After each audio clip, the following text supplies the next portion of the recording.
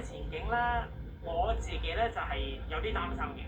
而家呢個時代啦，其實咧神功戲就開始慢慢即係有啲班可能即係有啲地方可能話唔做，咁你就變淘汰嘅啦嘛。你陸陸續續可能過多10年20年，咁好有可能唔再出現，最擔心呢樣嘢咯。我自己本身中意做神功戲多過做戲院嘅，因為做戲院咧就嗰、個鍛鍊咧就冇咁多。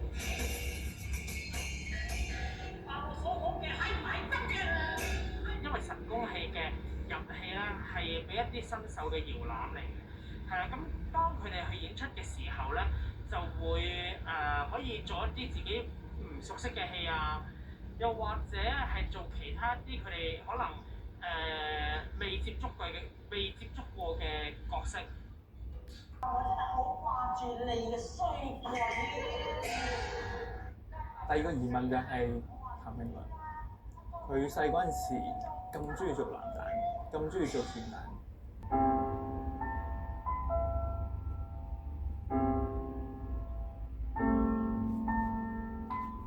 田蛋路係卓祥第一出紀錄片，影片記錄咗兩位年輕粵劇演員黃后偉同譚詠麟，佢哋為咗實現做粵劇嘅夢想所經歷嘅故事。佢哋兩個嘅夢想都係成為出色嘅花旦。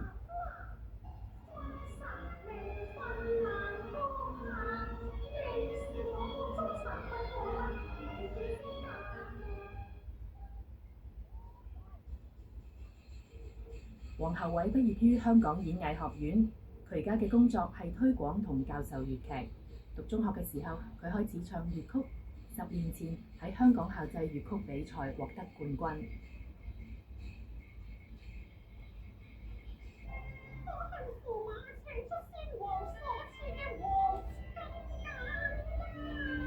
咁假設我係一個女性嘅時候，我去做旦，或者我可能反而做生，其實大家又唔會覺得有啲乜嘢咁特別要攞出嚟講嘅咁。我嘅假聲好，我又中意靚咁自然就走去做花旦。咁其實係一個好順理成章嘅一件事。正正係因為我覺得唔係一件乜嘢咁大不了嘅事。咁有一啲外來嘅衝擊，即係我個人就比較硬嘅。咁既然我冇做錯，亦都唔係一件有乜嘢問題嘅事情，點解要受到反對咧？一筆勾銷，喂，邊個教你嘅呢個？田蛋路最初嘅版本係黃后偉喺2004年拍嘅12分鐘畢業作品，描述當年只有11歲嘅譚詠麟對演花旦的角色嘅熱愛。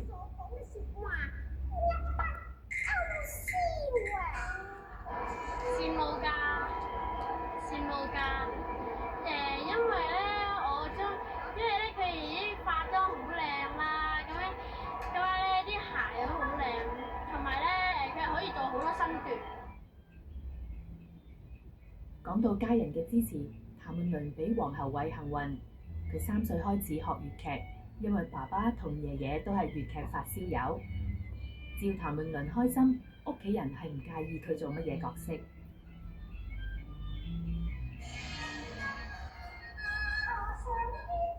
我就2歲開始睇戲啦，就跟我阿爺去睇戲。咁3歲就開始學戲。咁就其實我中意粵劇係最初我係因為啲頭飾啦、衫啊，覺得好靚。咁就到開始慢慢大個就中意佢嘅歌詞啦，我覺得好優美咯，同埋好好聽啦。之後慢慢就中意粵劇背後嘅故事，有好多歷史咁啊都。譚詠麟更獲邀參加香港百和會館粵劇新秀演出系列。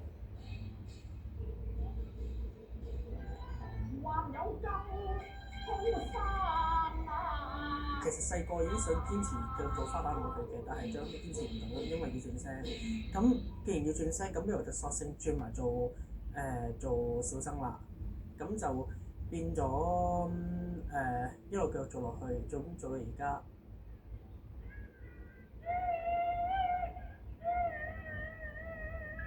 喺京劇，男演員反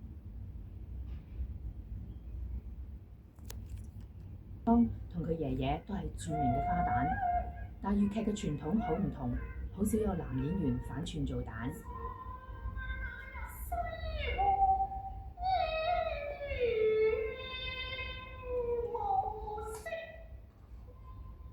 曾經乾蛋到去台灣放嘅時候啦，咁我同 Alan 咧喺尾場，佢做光緒，我做珍妃，咁佢隻手咁樣擺，係啦，搭住呢個腰咁樣擺喺度啦嚇。咁當地台灣嘅京劇界嘅演員啊咁樣啦，佢哋都突然間笑咗一笑。咁佢話，咁我後尾問佢哋點解會咁笑咧？咁原來佢就話我哋京劇唔會咁樣搭住條腰㗎，不過你哋又做得好自然㗎喎，咁樣嚇。咁所以原來喺呢度咧，我見到咧京劇冇粵劇咁生活化，所以咧唔會話譬如暗湧香肩輕貼腮，真係咁樣貼到落去嘅。係粵劇係真係會咁樣做，咁但可能京劇最多係暗湧香肩輕貼腮，啊，即係點到就即止咁樣。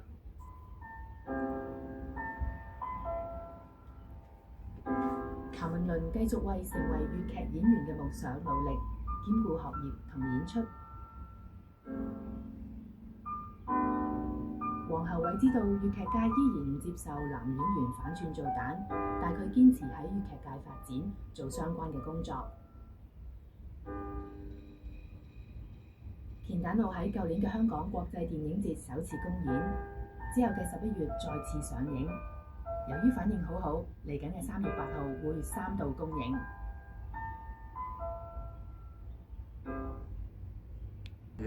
絕對冇人會質疑一個咁嘅問題。咁正正因為我係一個男人，好多人都帶咗一個比較特別嘅目光去睇我做嘅呢樣嘢。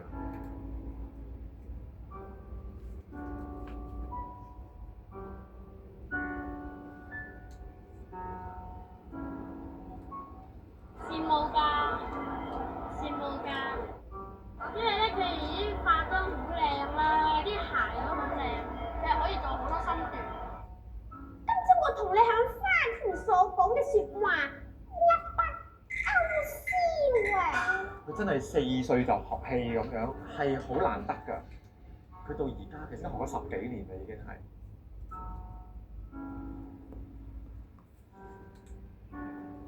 嗰時做一次女仔已經好開心啊！即係人生一中嘅大事咁樣。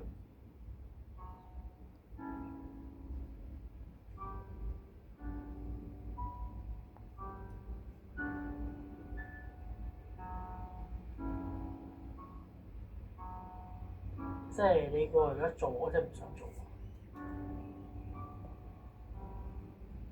收聲啦，趴入去啦，唱乜鬼嘢啊？係咁樣嘅。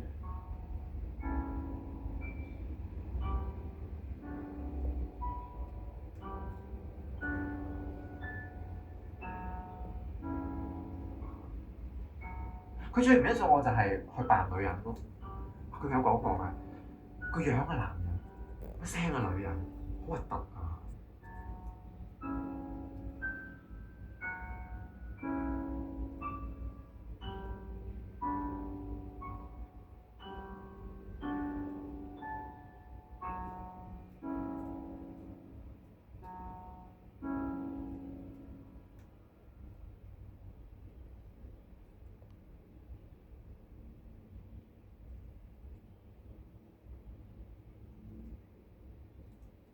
我想要。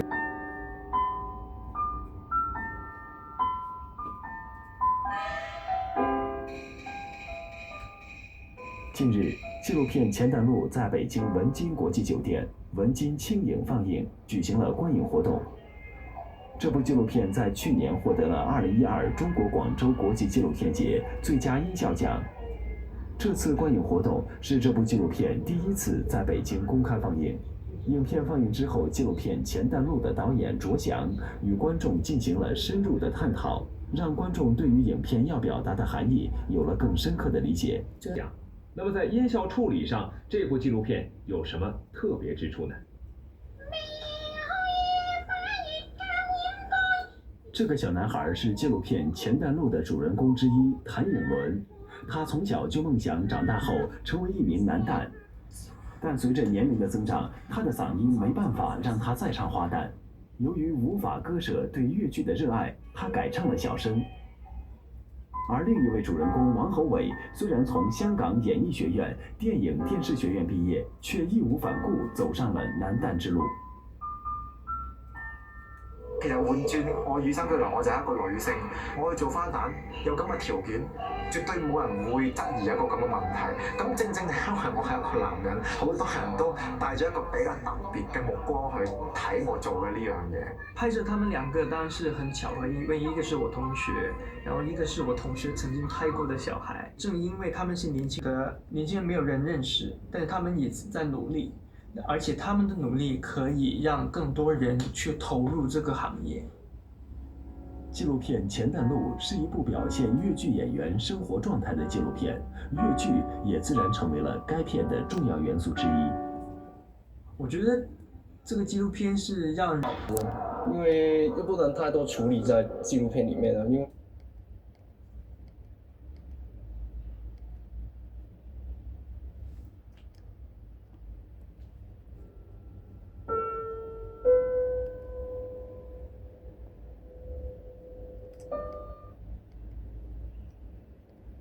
設計了，沒有。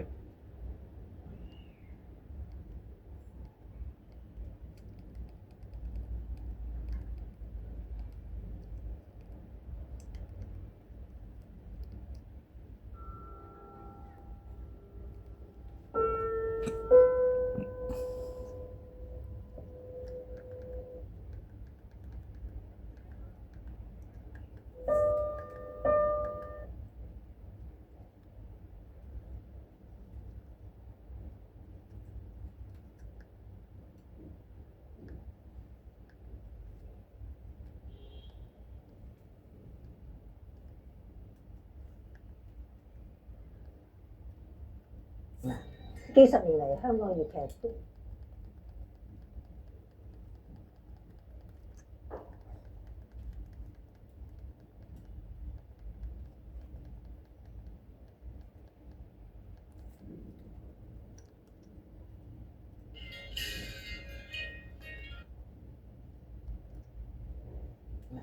幾十年嚟。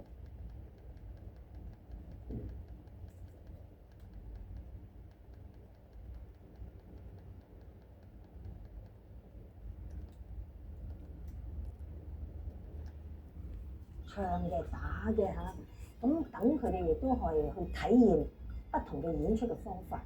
真係知多啲，我哋先至能夠理解點樣喺舞台上利用方法，真係睇多啲、學多啲、知多啲。藝術總監咧就會從佢哋身上咧發掘每一位演員佢嘅特質或者佢專長，然後話俾佢聽，你其實你發展呢一個行當你會更加好啲。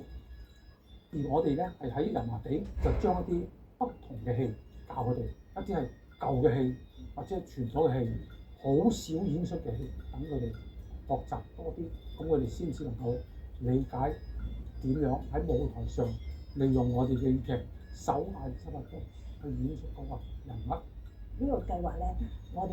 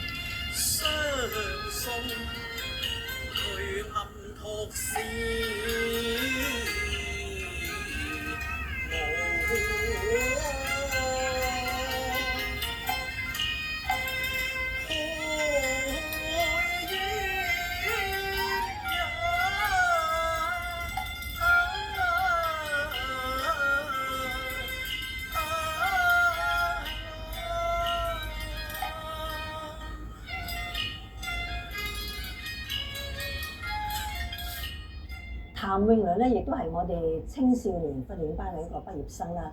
哇！呢個真係天才兒童嚟㗎。佢4歲開始咧就參加啲職業嘅一啲公開嘅粵曲比賽啦。咁佢唱得非常之好嘅。呢幾年嚟咧，佢其實咧心願咧係想做文武生嘅，但係好多藝術總監又話俾佢聽，其實你係適合做一啲丑生啊，即係嗰個戲路嚟嘅，因為佢好唱得。佢而家咧係唔憤氣㗎，佢而家咧係積極減肥咧，係要做靚仔文武生嘅，年青啊嘛，你點解唔多啲嘗試咧？我係支持佢呢種做法。我自己希望係粵劇係可以多啲年青人去睇。而家代嘅年青人咧，佢哋唔會明白粵劇粵曲裡面所講嘅歌詞係發生緊咩事。其實一樣都係中文嚟嘅啫，係啦。但係佢哋係唔清楚或者係根本唔理解，同埋覺得可能粵劇係比較老土。如果要我哋年青人去做咧，就可能會帶動翻一啲而家出面嘅年輕一輩，起碼佢哋接觸多啲粵劇啦，同埋知道其實睇到每個粵劇故事裏面咧，帶出每一個唔同嘅信息。既然一樣係咁代表到我哋香港自己嘅嘢，咁所以我覺得無論係新秀演員又好啊，或者觀眾都好啊，或者普羅大眾都好啊，都有一份熱誠喺入邊去傳承住呢樣嘢，等呢樣嘢繼續代表香港可以延續落去。而家有香港演員為主啦，咁亦都有好多內嘅互相嘅融合或者一個合作嘅模式係必定㗎啦。喺呢個年代，好可能香港就會一個新嘅粵劇嘅表演嘅一個方向或者風格出現咯。喺2009年咧，粵劇就成為香港第一項非物質文化遺產啦。當然大家都覺得好光榮啦，做成全個工作咧，個個都可以出下力㗎喎。除咗啲老倌係演出之外咧，其實每個市民咧都可以做少少嘢幫呢件事嘅。譬如你入場買飛睇戲啦，睇下啲棚戲啦，聽下啲人唱粵曲啦，或者影下啲粵劇嘅相，同啲朋友分享啦，咁樣樣嘢咧都可以幫到少少嘅。咁我哋一齊為呢一個咁珍貴嘅本土傳統文化努力，加油！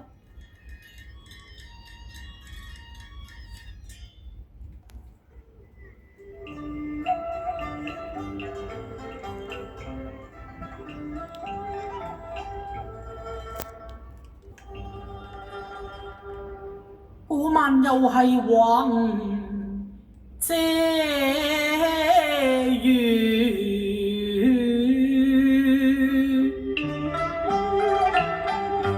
無橫空，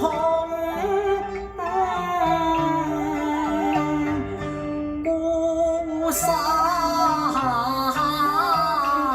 無翠綠。提流失蒼龍，皇上一聽好清，把蘭州吹動，說到雨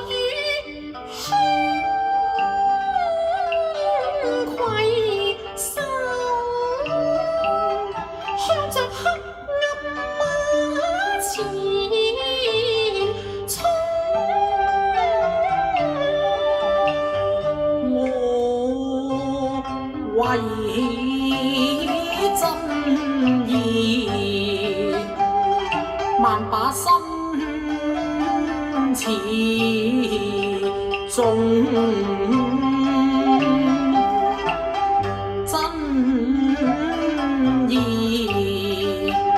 為我西苦舊思痛，不久一輪明月護心湧，喜結萬里山河盡青葱。輕理琴聲奏出和鳴。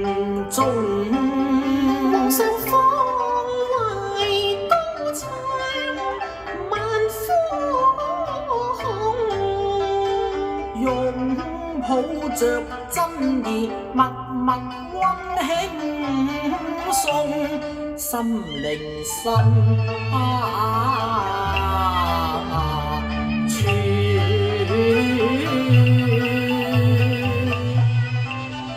兩相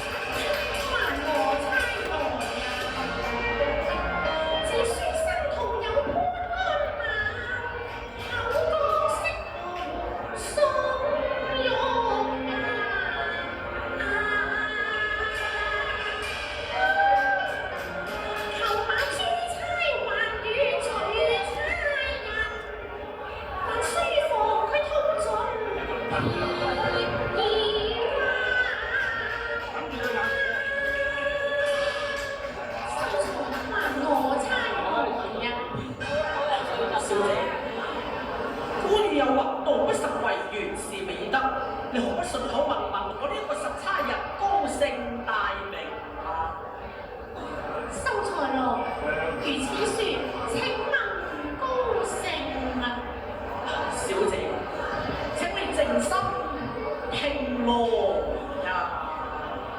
小姐，請聽，我原是龍啊，西人。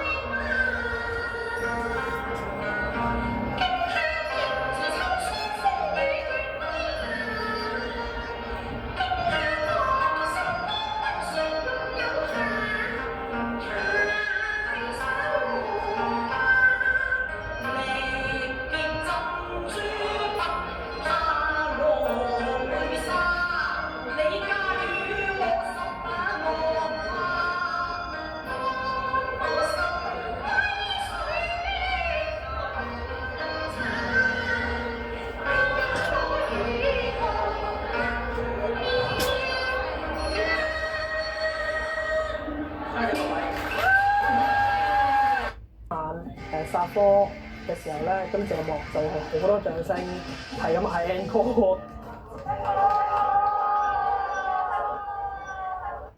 想人嗌 encore，做戲就咪甩拖。正所謂台上1分鐘，台下10年功。你學滿師未㗎？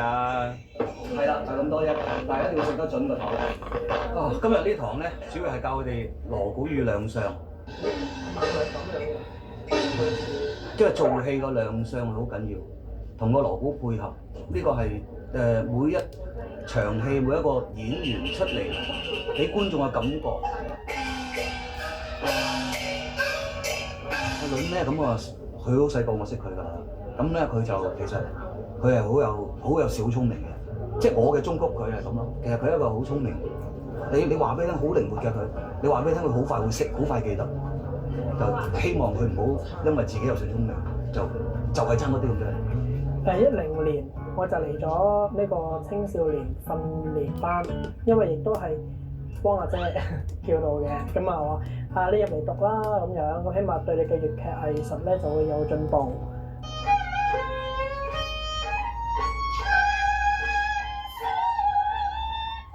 聽講你嚟學做小生嘅喎，點解唱花旦嘅？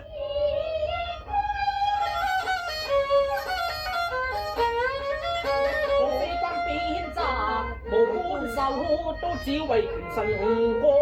第一個你要練好功，第二個你要做影成，要咗啊！嗱咁解啦，做戲我為咗繼承嘅呢個發育都緊要㗎啦，但係你最緊要由你出嚟玩。平時喺戲班度做下欄啦，一步一步嚟咁樣，行先，死就死先咁啊，做到就開始可以有1兩啦。做到咁上下咧，0年開始又係冇乜人啦，咁我揾到我做呢個二，咁二小咧就係我哋日頭做神功戲，做日頭做小生擔戲嘅，夜晚就做第4。哇！今日帶到我哋嚟長洲咁遠水路，睇嚟做咩先？呢個係我哋金台嘅海報，咁咧嗱，呢個裂咗咧開過咧，呢個咧就係我嚟嘅咯。幫天后娘娘做生日，咁做台戲俾天后娘娘睇咁樣咯。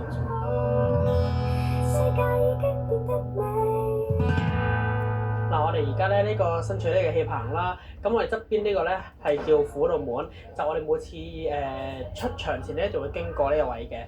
咁啊，我哋亦都係有個叫做藝術上面，我哋出咗虎度門之後咧，我哋就係要變咗劇中人物啦。咁你有冇精神分裂啊？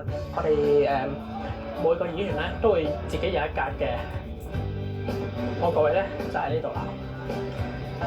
有呢個有值得紀念價值就係呢樣嘢啦。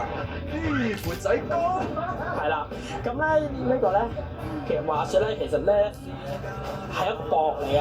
呢一個係啦，做西裝嗰啲 pad， 咁咧就因為我哋平時做戲咧，裏面咧為咗要降起件衫，我哋會着棉背心啦，着棉衣啦，本身已經大嚿啦，如果再着埋棉衣咧，就更加大嚿，所以咧為咗咧係同埋我卸膊比較即係冇乜膊頭咯，係啦，唔係幾好㗎，咁咧就變咗我打起嚟咧就變咗起碼可以降起件衫，就會比較好睇啲咯。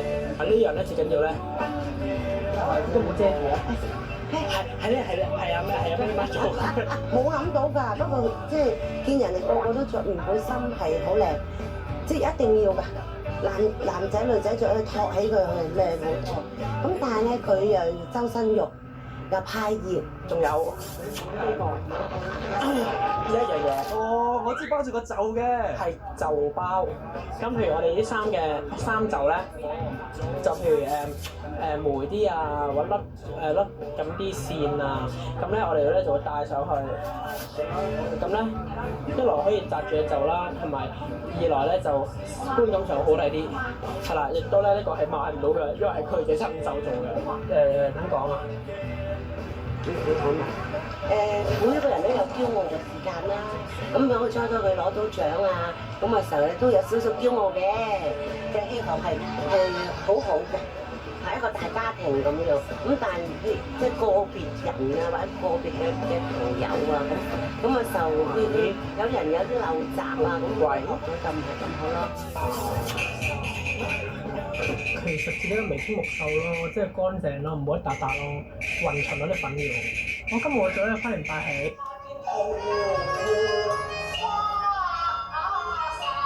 咁咧，我係做一個書生。咁其實我哋書生男仔咧都冇話化咩妝咧，平時男仔咁嘅化妝都係嗰個樣嚟㗎啦。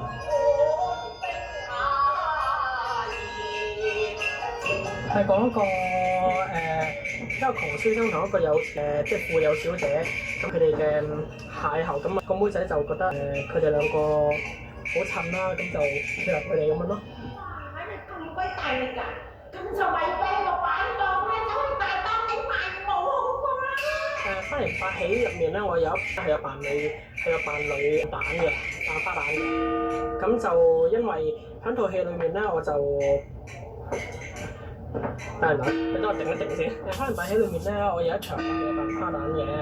咁因為咧個妹仔咧喺套戲裏面咧就請錯咗姑爺，即係請錯咗另外一個書生，請錯咗小霸王，所以我要扮個花旦去解圍咯。哎呀，我真係好掛住你嘅衰鬼！因為我都比較中意靚啊嘛。梗係咪想死啊你！我話你知啦，我個名咧就叫做阿劉克夫。難㗎，因為咧其實以一個男仔去做花旦咧，起碼個身段一定要柔軟先咯。如果唔係硬求硬馬就好難剪個花旦㗎。因為男仔扮花旦係比女人更女人。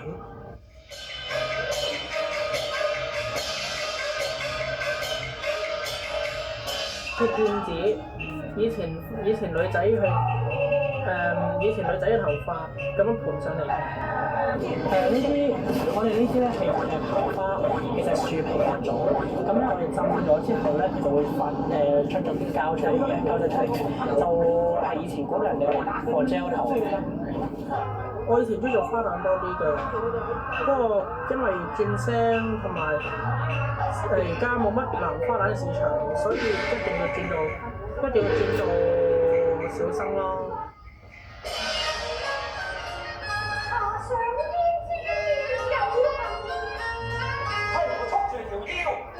我哋做生定係做蛋㗎？好難捉摸啊！星級雀巢能因全部。呢個夠耐啦啩，唉，夠耐啦。睇個樣，一睇就知道，梗係好似我阿妹咁啦。其實咧，正時小大咁樣啦。嗰時成班細路仔一齊，我諗都係最細係我㗎啦，3歲幾。嗰時要6歲先俾入㗎。咁但係我好中意就好中意，咁先喺度個老師俾我入。咁啊嗰時至到1、2歲到啦。嗰時唔標青，仲有好多人標青喎。嗰時我又肥啦，又細粒啦，咁跟住之後又鈍啦，咁講嘢又乸啦，好多嘢講，好多嘢噏嗰啲嚟嘅，係啦。咁但係噏完就冇人應我嗰啲咧。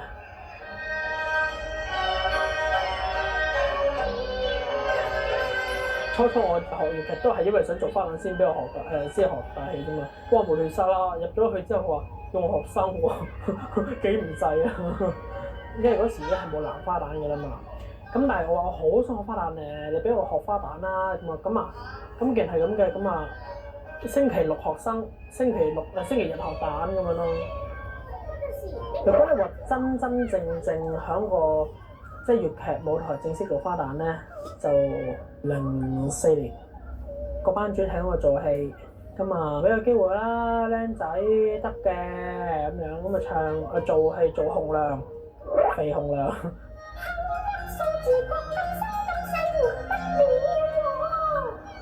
我最後一次唱花旦就係喺小學6年級，咁嗰時開始變聲㗎啦，覺得有蜜糖水啊、楊桃汁啊，咩都提晒，總之可以清聲啊、開聲啊，乜嘢都食。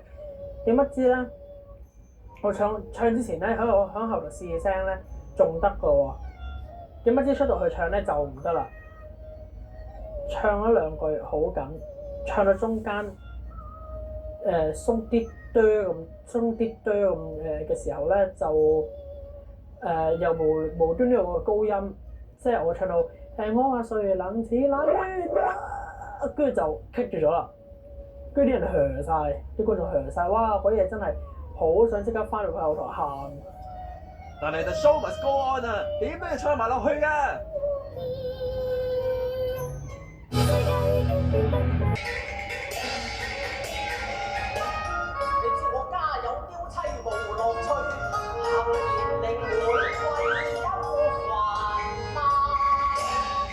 再揾多次咪抵稅。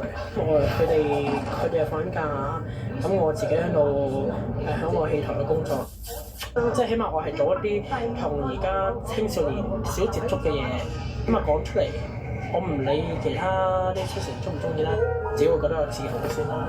起碼我會做戲，你哋唔識做戲。哇！羊肚啊，有羊肚啊！話時話都唔記得咗你真正身份係學生嚟喎，你唔使翻學嘅咩？話時話點解你咁耐都唔翻學嘅？點解咁耐都唔翻學嘅？咩啊？坦白從寬啊！其實咧應該係成日唔翻學咧，係因為我去咗做戲咯。咁你翻嚟諗住點樣啊？我以為佢唔翻嚟啊，我哋真係以為佢唔翻嚟。阿女，你嘅夢想係乜嘢？其實咧，你中意翻學多啲，要唱粵曲多啲咯。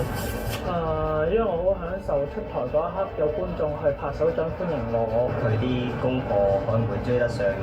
其實追就好難追㗎啦，咁但係靠你哋幫我補咯。我覺得有心一定做到嘅。喂，你知唔知阿女唱粵曲㗎？都比較正經咯。有冇買飛去撐佢先？之前喺學校聽過好幾次㗎啦，唱得非常之好嘅。我問你有冇買飛啊？都想去嘅。即係冇啦。係冇嘅。好嘈啦！即係有啲老師就會覺得我係興趣啦，即係就話既然係興趣嘅，可唔可以唔好做啊？解釋翻俾佢聽呢份係我兼職，咁話因為如果唔做咧，咁咧就少好多機會。講個情況俾佢聽，咁佢都好諒解嘅。至少我會覺得學校唔會係放棄我咯，所以學校俾我請假咯。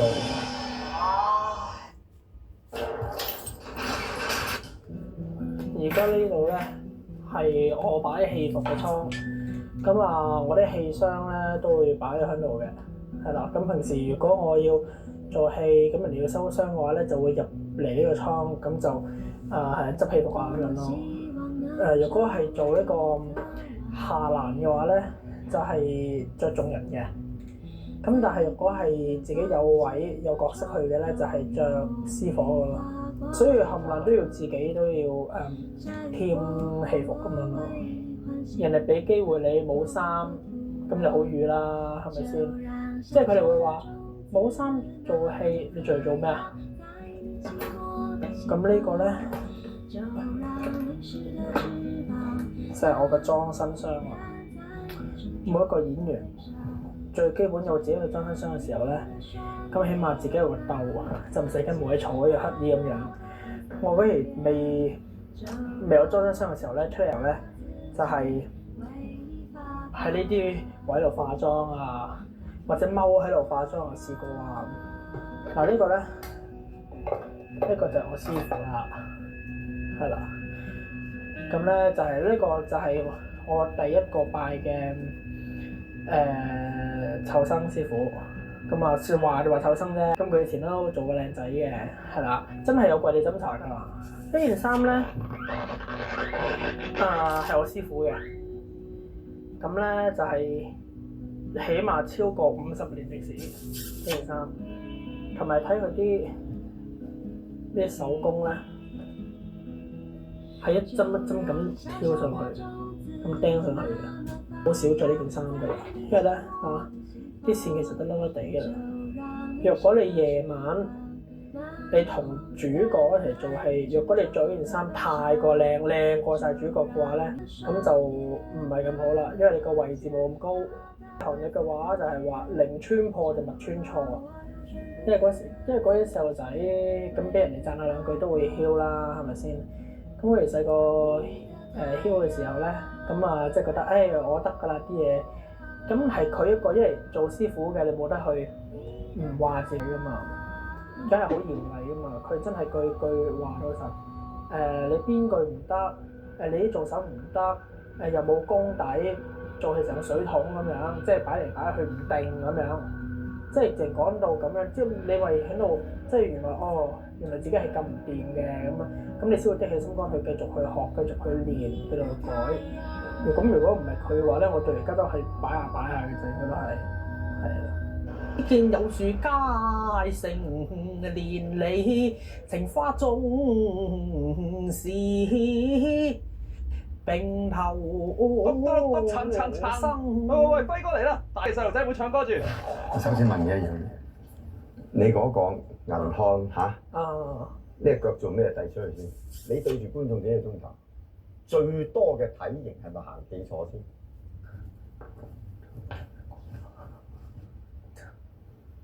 一企起身，你係咁，你就去邊度都得㗎。喂，有啲咩好快啲請教輝哥啦？你睇下嘛，之前喺西灣做小生做9天咧，咁我復上之前咧，我係接阿二幫花旦一句嘅。咁但係咧，二幫花旦冇講到，咁我變咗食咗個死貓。咁阿文武生就喺個台度一嘢就趌過嚟你終於過嚟啦！做文武生嘅責任係將成場戲點樣去處理成個嘅處理係文武生嘅責任。咁肯定佢如果鬧你咧，就即係佢唔熟㗎嘛戲。做戲成日有呢啲冤枉嘢嘅。點解咧？嗱，你就算唔好講我哋出嚟啦，就算企喺個台上，其中有人唔記得曲，咁你見話停咗咁耐啦，都要救㗎。一開聲一定嚇你，一定當你唔記得曲。但係呢個唔緊要，做戲係成世㗎嘛。記住，逢學嘢都要精，一定要唔好搏，係嘛？喂，做乜你嗰度咁啊？如果你話係啊，我有睇到邊個大老官啊，咁就死啦，明唔明啊？如果佢話你錯，即係話嗰個錯，邊個教你㗎？死都唔好講，冇嘢啊，人做我就做㗎咋，呢個係最精嘅學嘢方式。佢點講？佢話你唔啱，即係話嗰個唔啱，佢犯得着啫，係咪？嗱，學到嘢啦！因為有人問你邊個教嘅，千祈唔好話係輝哥教㗎。梁祝啊，因為我實在太中意梁祝啦，係咁我中意梁祝啦，即係逢親做慘戲咧，我就會拍到肥肥嚟㗎啦。睇下先，我有劇本嘅。我暗存言我。喂，唔好咪嘴喎！你唔好意思話唱真嘅。人逢恨司馬未求和。休道別時難，人有離合悲歡。嗰時因為我識個女朋友係首先係電話交錯，係啦，即係佢無端端就 send 錯信息落我個電話 number 度，但我哋唔識嘅。係啦，咁佢揾下邊個，咁我話我唔知邊個嚟嘅喎，我話你應該揾錯人㗎啦，即係 SMS 講。咁但係之後即係嗰刻可以識咗，咁但係因為嗰時佢屋企係好嚴嘅，咁啊變咗咧，最尾可以一齊嘅時候冇幾耐，咁佢阿爸阿媽就話要移民啦，咁就變咗分手咯。人一見鍾情都係咁啦，都算傷㗎。咁嗰類仲唔同梁山伯似，係咪先啊？啲無厘沙話同第二個男仔一齊喎，咁樣。但係之後到最尾原來先知道，原來係因為移民先咁講啫，咁樣。所以咁大家放低佢啦，咁樣。拍拖好耐咯。咁佢之後我都仲有拍過拖㗎嘛。係啊，即係你知年輕人。我唔緊要啊，有眼地厚天高，覺得好似唔識死咯，好大膽咯，做嘢好大膽咯，可以咁講啩。咁我咁細個，譬如入行做戲，咁我覺得呢一行應該係要有接班人嘅。咁但係扮咩係啊？你已經做得好好㗎啦，唔使咁謙㗎，加油啊！係啦，咁如果係扮到自己係好叻啊，咁就真係唔識死啦。係啦，講住咁多先啦，係啦，拜拜。嘆聞君空人逢，恨司馬未求和。休道別時難，人有離合悲歡。觸景莫相離，背人透淚